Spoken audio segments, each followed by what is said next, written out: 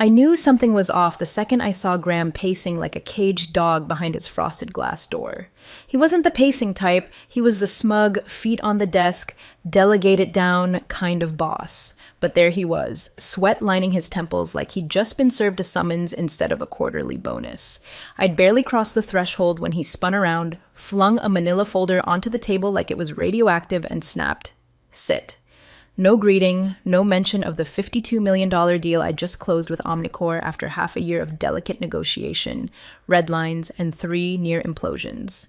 No acknowledgement that I'd salvaged a relationship they thought was dead in the water.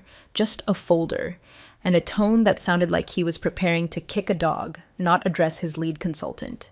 He flipped the folder open with theatrical disgust. Inside, my expense report. A single dinner receipt, $430 at Vellum, Omnicore's procurement lead's favorite haunt. I'd taken Lane there to close the final scope terms. The shrimp alone cost more than the bottle of wine. Graham jabbed the page with his chewed-up finger. $430, he spat. You could have done it for half. Hell, a burger and 2 Cokes. I blinked. We closed a $52 million deal.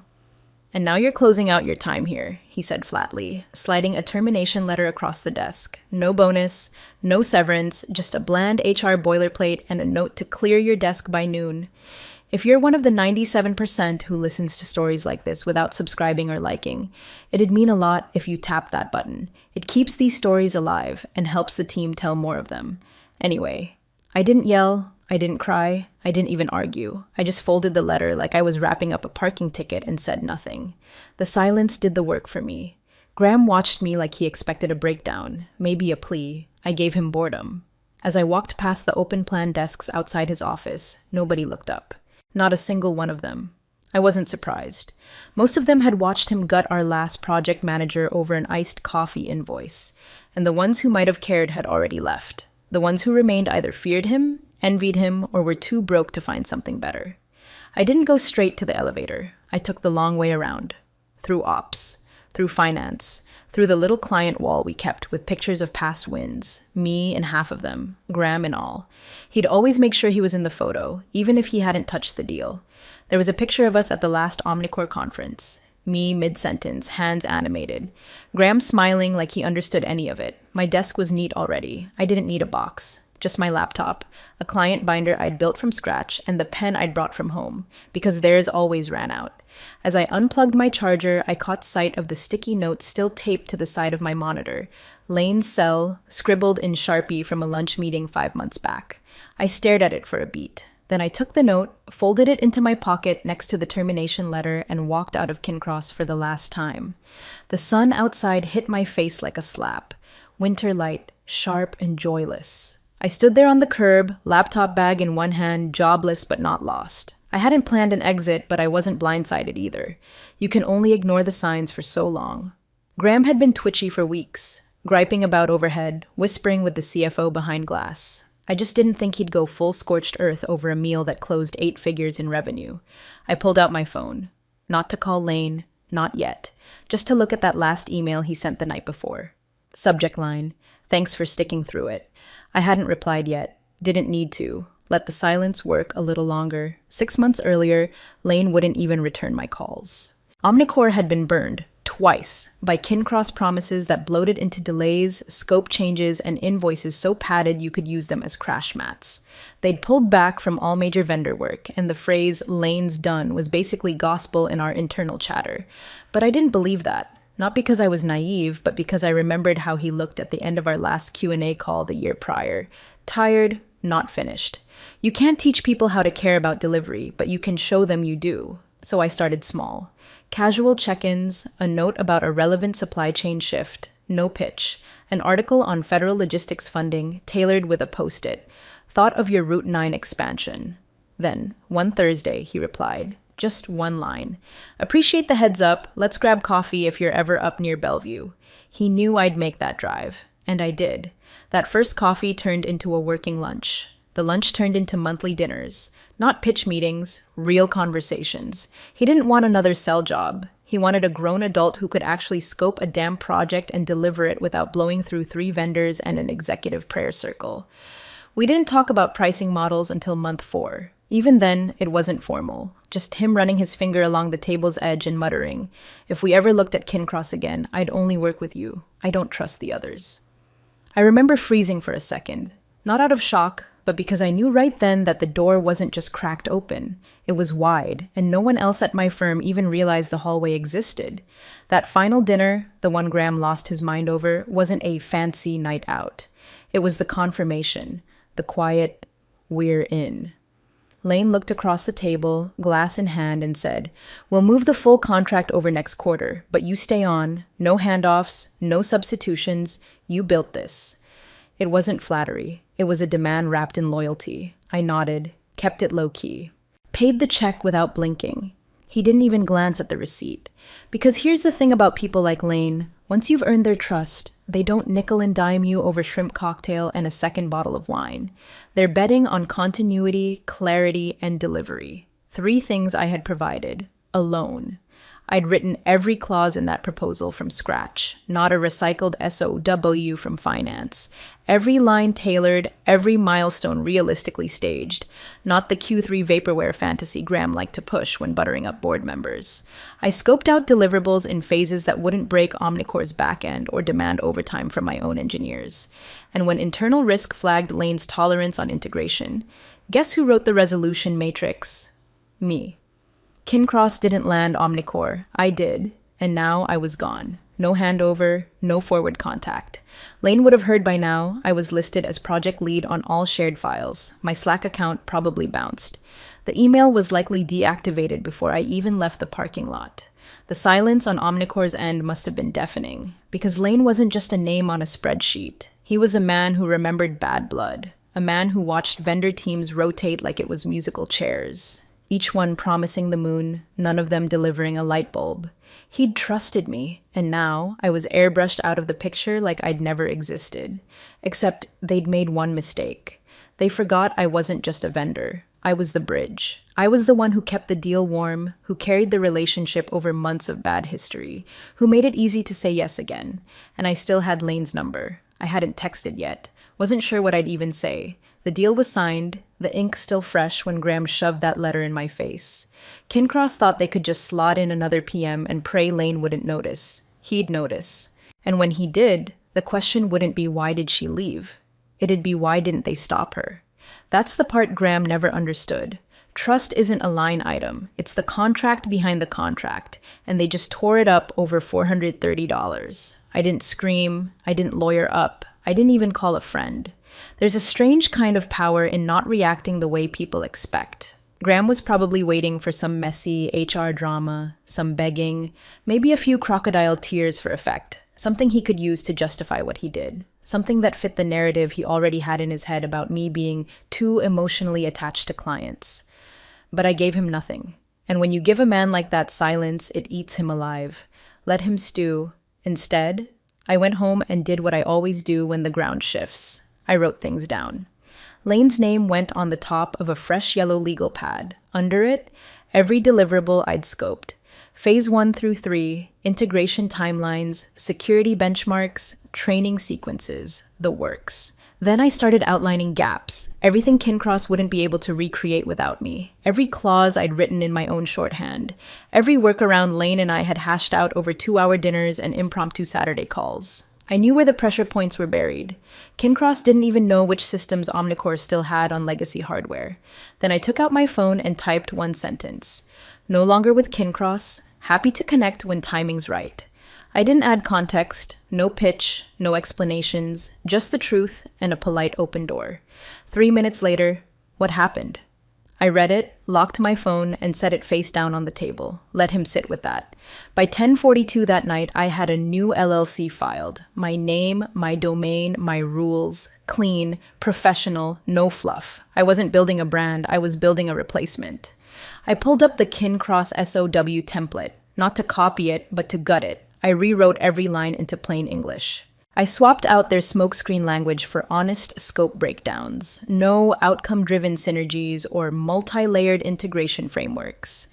Just, here's what I'll deliver. Here's how long it takes. Here's the cost. Then I built 3 service packages based directly on the work I'd already done for Omnicore: entry-level implementation, mid-tier phased rollout, full-stack legacy to cloud overhaul. The exact scope I'd pitched as their Q2, Q4 roadmap. Only this time, it would come from me, without Kincross margin stacking 40% on top just to underpay junior staff and call it scalability. By midnight, the bones of a real business existed. I wasn't trying to take down Kincross. I wasn't trying to prove anything to Graham. I wasn't even thinking about revenge. This wasn't a tantrum. This was a transition. I'd spent 5 years watching C-suite guys like Graham gamble with million-dollar contracts while skipping over the people actually doing the work. People like me, the connectors, the implementers, the ones who read every footnote and built trust in long hallway conversations and shared frustration over glitchy beta releases. They never understood that the client doesn't stay because your logo looks good on a pitch deck. They stay because someone answers the phone at 8:17 p.m. on a Thursday when something breaks. Someone who remembers their kid's name, their favorite platform version, and why they refused to work with vendor number 2 after the merger. I was that someone, and now I was free. Kincross could chase the next shiny logo, but Lane didn't care about the glitz. He wanted results, predictability, delivery, and I was about to offer him all 3, with no middlemen, no bureaucracy, and no Graham. I didn't need a war. I just needed the silence to stretch long enough for the gap to show. And when it did, I'd already be standing in it. 3 days after my exit, Kincross moved fast, faster than they should have. They submitted the first implementation packet to Omnicore like nothing had changed, like you could gut the architect of a deal and still expect the walls to hold. Their project tracker showed Phase 1 green as if the engine wasn't already missing its transmission. Omnicore didn't reply. Not for a day. Not for 2. Then on the 3rd morning, Graham got an email. Short, professional, lethal. Subject: implementation hold. Body: we'll need to pause on delivery while we assess a change in internal strategy. Please stand by. Signed, Lane Atwell, VP Procurement, Omnicore Systems. I wasn't copied. I didn't need to be, but I still saw the ripple. People inside Kincross talked. Slack channels lit up. Graham stormed in and out of conference rooms like someone had replaced his espresso with battery acid. He tried calling Lane, repeatedly, got voicemail, tried texting. No reply. The next morning, my calendar pinged. Invite from Lane. Subject: Q2 transition planning, external lead consultant. No preamble, no small talk, just a slot, just a title. I stared at it longer than I should have. It wasn't a surprise. Not really. Lane had always been sharp. He didn't send passive-aggressive corporate poetry when he was done with someone. He just moved. Quietly, efficiently. This invite wasn't a negotiation. It was a decision. By the time I clicked accept, Graham was probably halfway through his 3rd failed email draft to the Omnicore board, trying to explain why their seamless integration partner had suddenly gone dark. And this was the part no one inside Kincross seemed to understand. Lane didn't bluff. When he said he wanted no substitutions, he meant it. When he said I was the only person he trusted to run the scope, that wasn't a compliment. It was a condition. Omnicore didn't hire vendors. They hired reliability. So when I disappeared without a trace, they didn't just lose a project manager. They lost the glue. Graham probably thought he could cover the gap with a few reassignments and a hastily prepped analyst who knew how to say deliverable alignment with a straight face. He forgot that Lane was a veteran of 3 enterprise rollouts. He'd seen fluff before, and he'd had enough of it. So Omnicore stalled. No escalation, no accusation, just a clean, clinical freeze, a corporate deep breath. And in that breath, the air around Kincross started to thin. The analysts sensed it first. Deadlines without input, project managers asking questions they should have already known. Then sales started whispering, "Is Omnicore still solid?" Someone from finance pinged ops to confirm if Phase 2 billing had been scheduled. It hadn't, because there was nothing to bill. Nothing moved. And outside that frozen orbit, I was already in motion. I drafted a slide deck. Not marketing, just clarity. Timeline, costs, deliverables. Sent it to Lane through a private channel. He replied with a thumbs up and a single word. Clean. The invite included 2 more names, legal and internal systems. I knew them. I'd worked with both during scope definition. Their presence on the call told me everything I needed. This wasn't exploratory. This was real. Omnicore was preparing to move the entire operation to my consultancy, and not one person at Kincross knew they were already being replaced. Not officially, not loudly, just quietly. The way rot spreads under paint. Silent, steady, irreversible. They kept refreshing inboxes while I was already building timelines. They kept calling Lane while I was locking in a transfer clause. They kept pretending everything was fine. Because the thing about Fallout is, it doesn't start with fire. It starts with silence. The hotel bar smelled like overripe lemons and conference lanyards. You know the type: neutral carpet, overpriced cocktails, generic jazz piped in from a speaker in the ceiling, pretending not to be dust-choked. I picked the seat facing the door out of habit. Lane walked in 10 minutes early, no coat, laptop in hand. Didn't even bother with a drink order. Just pulled out the chair across from me and sat like we were picking up a conversation from 10 minutes ago, not 10 days. He didn't waste a breath. "They fired you over a dinner bill?" I nodded once. He blinked. Not surprised. Just processing. "You wrote the whole contract," he said quietly. "The entire delivery path was yours." "I know." He didn't ask how I was doing. He knew better.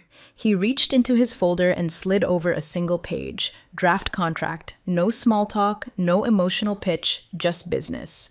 12 months. Independent consulting. Direct replacement for Kincross's delivery stream. Higher rate than I'd ever made there. Full control over scope execution. Autonomy on personnel. Clean deliverables tied to milestones. My milestones, the ones I'd already designed. I scanned it once, twice. It read like a checklist of things I'd always wanted but never thought I'd get. I didn't say thank you. He would have hated that. It wasn't a gift. It was a pivot. "Add a kill fee clause," I said without looking up, "if Kincross tries to retaliate or interfere." He smiled without teeth. "Already in there."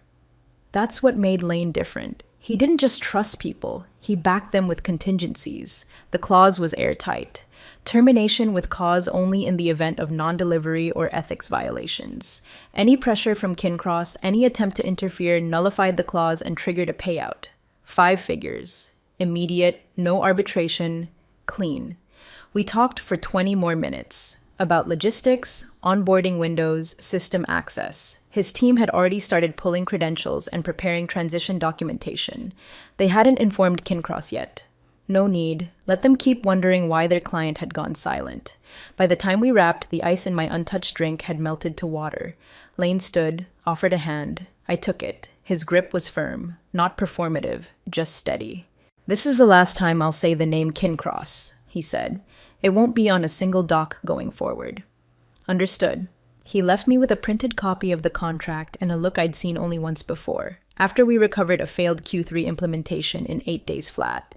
Respect, no fanfare, no LinkedIn back padding, just clarity. I didn't feel victorious. There wasn't some wave of glee, just a subtle shift, like someone had finally aligned a crooked picture frame I'd been staring at for years. I walked out of that hotel bar and into the parking lot with a new weight, not heavy, but solid. Mine. By the time Graham and his crew realized what was happening, the documents would be signed. The contract would be active. The timelines would have shifted, not toward Kincross, but to me. I wouldn't need to announce anything. The silence would speak loud enough. It started with a single overdue invoice. The CFO flagged it during her Monday review. Omnicore's first milestone payment hadn't cleared. At first, she assumed it was a glitch, some ACH delay or procurement misstep. But when she looked closer, something was wrong. The portal showed paused.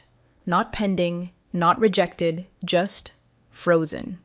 She walked down the hall, report in hand, and knocked on Graham's door. He waved her in, distracted, tapping something on his phone, probably trying to charm his way into a tech panel or secure another speaking gig on modern leadership. The irony. "Omnicore's payment hasn't cleared," she said. "We're sitting on a $52 million deal and no cash has moved, not even initial deposit." Graham brushed her off with a hand wave. "Lane's probably just dealing with internal approvals. We're fine." She didn't look convinced, but she left. That was Graham's pattern. Shrug, deflect, delay. He didn't solve, he performed. By Wednesday, the board had questions. A lot of them. The milestone was tied to their quarterly projections. Investor decks had already gone out. And the CFO, now fully unsettled, escalated it. What's happening with Omnicore? The board chair asked during a finance sync. Graham spun a tale. Just procurement delays. Happens all the time.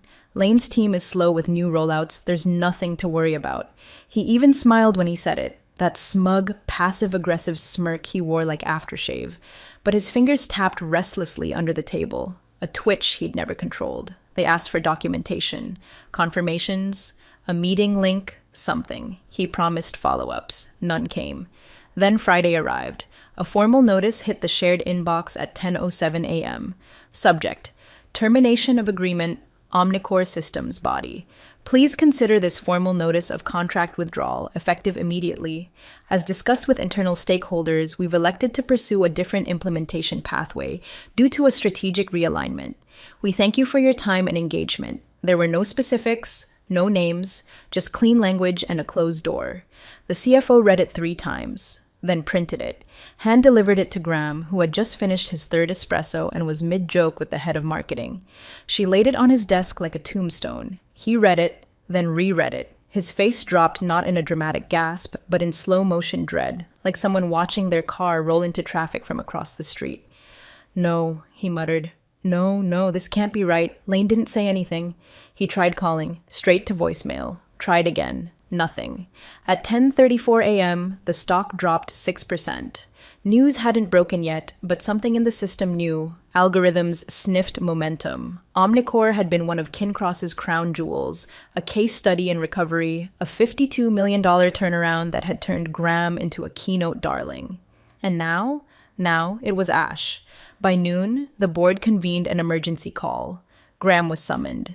They grilled him. Why didn't we know sooner? Why weren't there flags? How does a deal that size vaporize without a trace? He blamed procurement.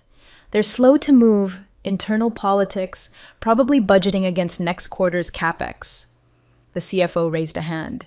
That doesn't explain the withdrawal. This wasn't a delay. This was a strategic kill. Someone else asked the real question. Did something happen between Lane and your team? Graham hesitated. Too long. You could feel the room lean into the silence like it had teeth. He mumbled something about lead consultant transition and unexpected personnel shifts. But it was too late, because at that moment, someone on the call opened LinkedIn, and there I was. New banner, clean title. Founder, Verity Solutions. Underneath, Enterprise Systems Delivery, Transition Planning, Client Continuity. The pieces started to slide into place, and not one of them liked the picture they saw. Graham had fired the architect of the Omnicore deal over a dinner bill, and now she was the one Omnicore had chosen to build with. There was no memo, no PR release, no scandal to cover up, just a silent unraveling. One thread pulled, and the whole damn tapestry collapsed. The press release went live at 8:01 a.m. sharp. Nothing flashy, no corporate chest thumping, just a crisp one-pager on the wire. Verity Solutions launches with focus on enterprise systems, continuity, and delivery leadership. Founder, my name, former lead architect of the Omnicore implementation strategy, to head all transition efforts effective immediately. There were no buzzwords, no claims to be redefining anything, just facts, timeline, contact info, statement of capabilities. One paragraph outlining my role in the Omnicore recovery scope: neutral, professional, undeniable. By 8:27 a.m., it had already been picked up by 3 trade sites, and by 9:10 a.m., Omnicore posted a quiet update to their partner portal. New implementation vendor listed, Verity Solutions. Underneath, lead, my name, timeline adjusted for continuity. They didn't mention Kincross, didn't need to. Their logo was simply gone, replaced by mine. The download link for the SOW now had my LLC footer at the bottom. The support channels listed my direct email. It was surgical, silent, public. By noon, industry chatter picked up like a slow leak in a pressure valve. Nothing loud, just that background hum that floats through Slack channels and procurement groups. Anyone know what's happening at Kincross? Omnicore pulled? New vendor? Wasn't she theirs?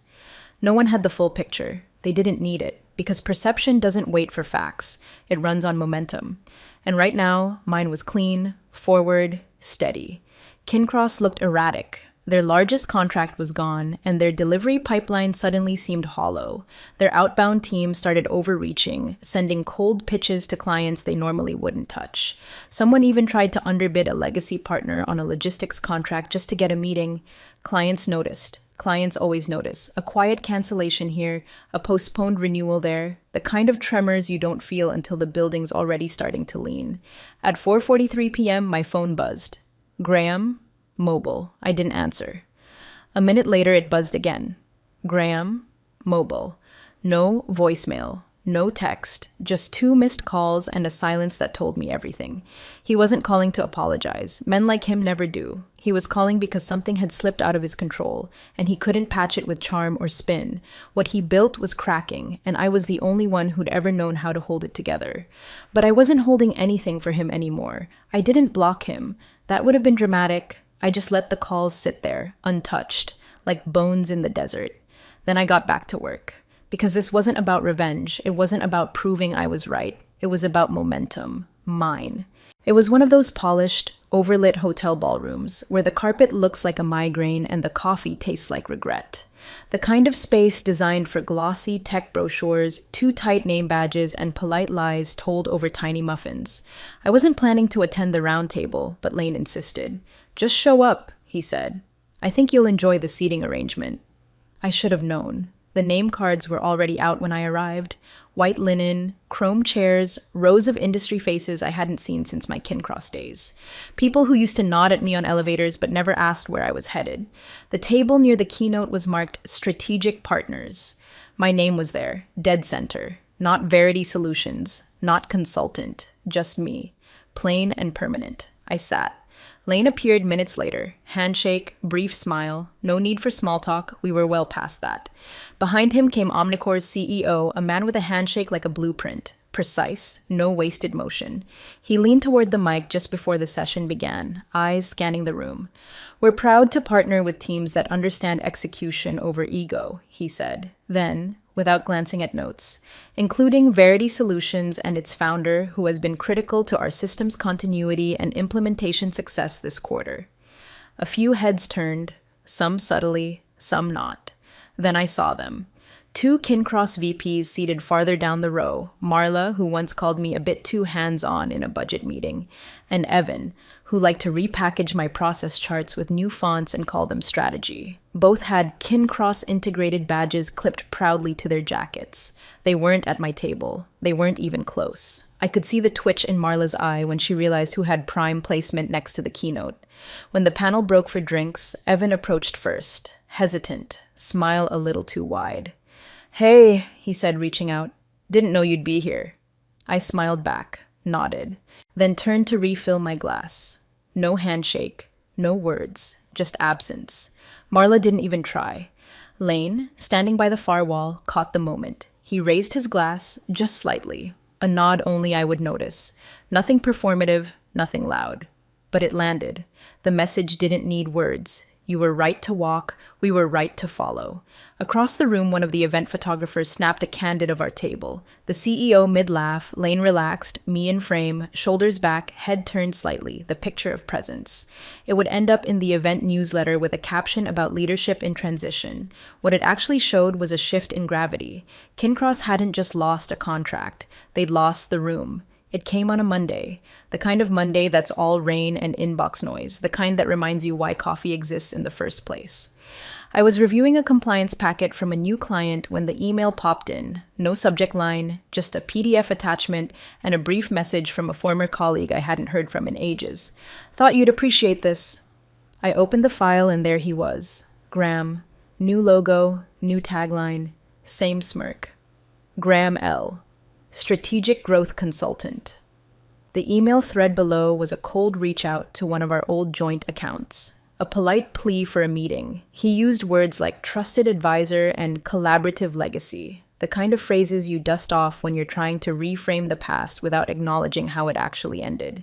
He signed off with, would love to reconnect and support your next growth cycle. I stared at it for a second. Not out of anger, just quiet astonishment that even now he thought he could rewrite it all with some templated sincerity and a LinkedIn filter. I forwarded the screenshot to Lane, no context. No comment.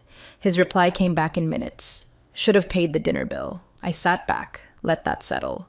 Not because it was witty, but because it was true. All this, all of it, because Graham couldn't stand the idea that someone else's judgment might matter more than his. That $430 dinner, the one he claimed should have been half, wasn't about the money. It was about control, about the illusion that he was the architect, not the beneficiary. He thought slashing a dinner bill was leadership. He thought cutting me loose was cost-saving. But what he really cut was the cord that kept Omnicore tethered to Kincross. The moment he signed that termination letter, he didn't just lose me. He lost trust. He lost continuity. He lost $52 million. Funny how that math works out. He thought he was saving 200 and fang. It only cost him everything.